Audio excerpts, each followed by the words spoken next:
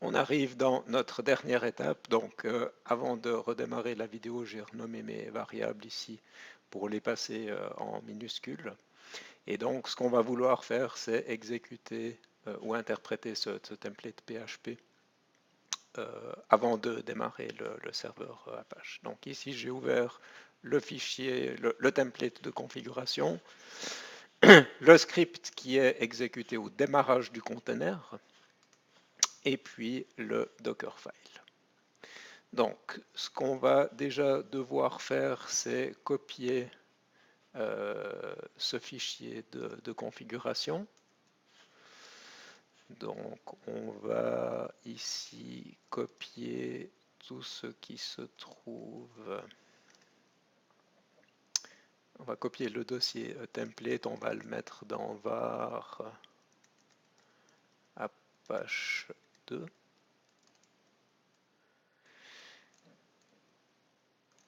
On va tester ça et on va regarder dans le file system pour être sûr que les file systems sont bons.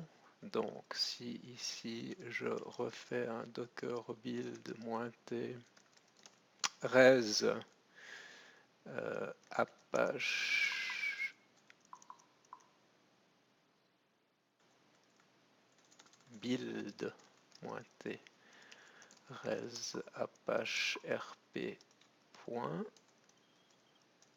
Si je fais un docker run -it de res Apache rp bin bash, je me connecte sur le container créé avec la nouvelle image.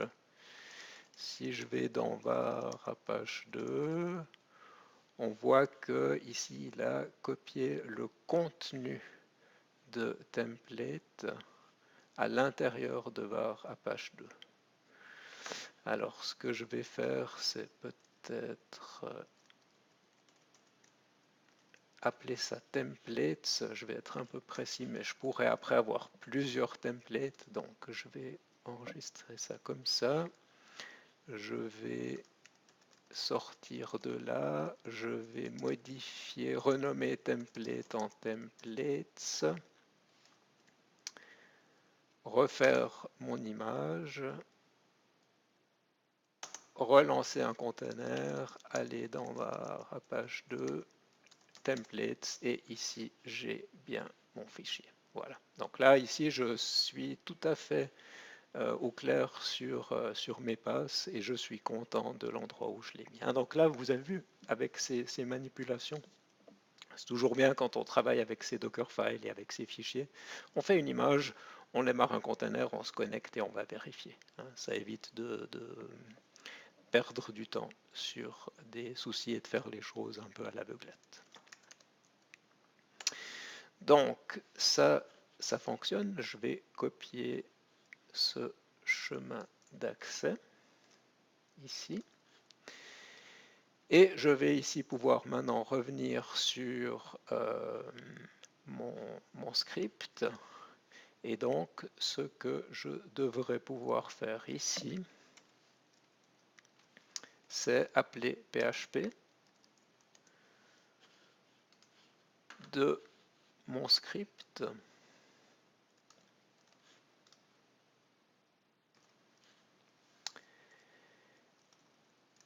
Et le résultat de l'exécution du script, j'ai envie de le mettre dans le fichier de configuration.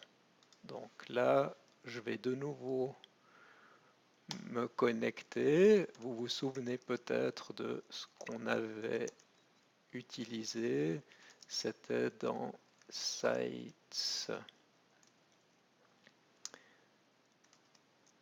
Available.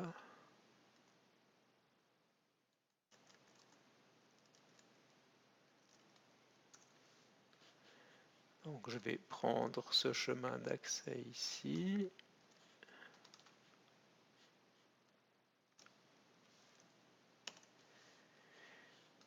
Et puis je l'avais appelé 001 reverseproxy.conf. Voilà.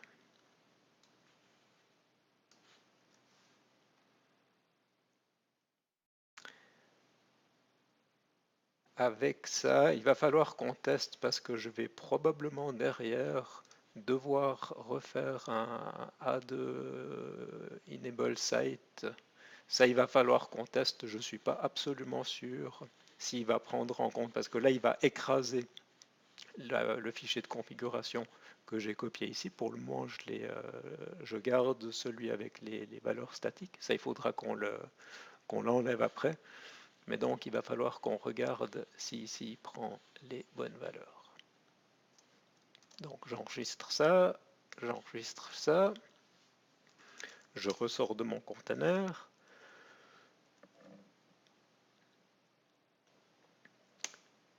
Je construis mon image.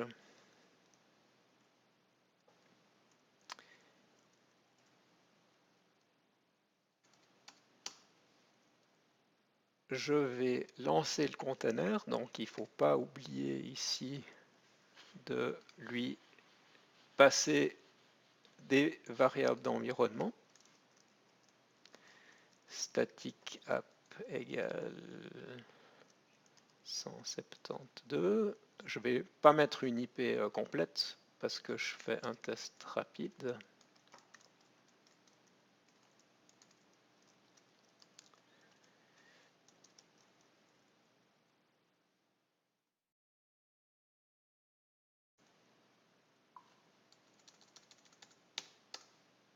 Voilà, alors on va regarder ce qui se passe ici. Donc il a récupéré les variables d'environnement. Maintenant, ce que je vais faire, c'est venir sur l'autre terminal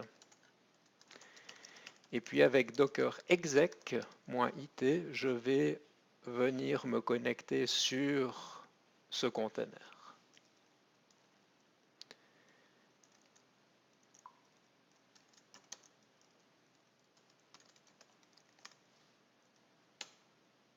Voilà.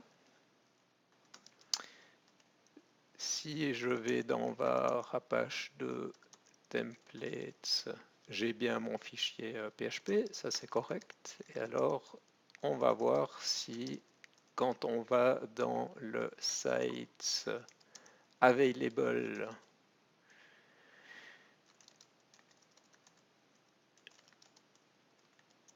qu'est-ce qu'il a mis dans 001? Ah, ça c'est intéressant. On voit que ici il a bien mis le résultat de l'exécution du script PHP. Ça c'est correct. Par contre, il faut aussi qu'on aille voir si dans Sites Enabled,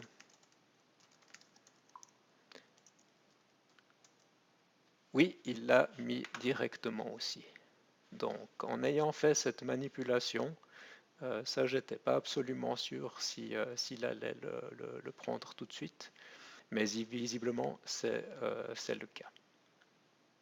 Donc, ça veut dire que là, on est plus ou moins bon. On va pouvoir commencer à faire nos tests de bout en bout. Je vais retourner sortir de mon conteneur, sortir de mon conteneur ici, et puis la vérification de bout en bout, je vais la faire dans une prochaine vidéo, comme ça cette vidéo avec la validation sera disponible toute seule.